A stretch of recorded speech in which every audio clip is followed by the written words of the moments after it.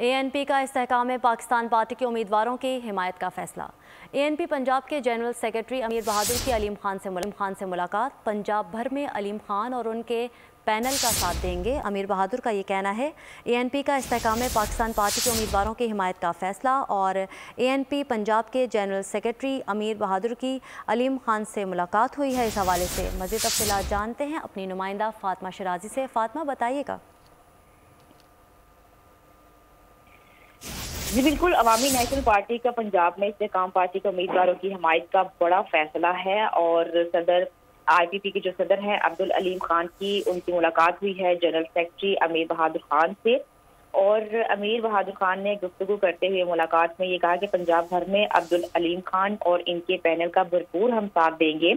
और इसके अलावा हज़ारा वेलफेयर एसोसिएशन के चेयरमैन बशीर अहमद के भी अब्दुल अलीम खान से मुलाकात हुई है और मुलाकात में इन्होंने IPP की हमायत का ऐलान भी किया है। और बाकायदा तौर पर जो रावी टाउन के साबिक सदर मुबशर लाल हैं, इनकी IPP में शमूलियत का ऐलान भी साथ साथ किया है। इसके अलावा NA 117 में PTI के तमाम कारकुन अब्दुल अलीम खान की इंतखाबी मुहिम चलाएंगे।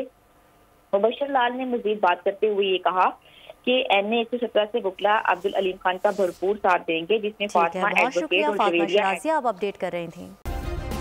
सब्सक्राइब करें और बेल दबाएं ताकि कोई खबर रह न जाए।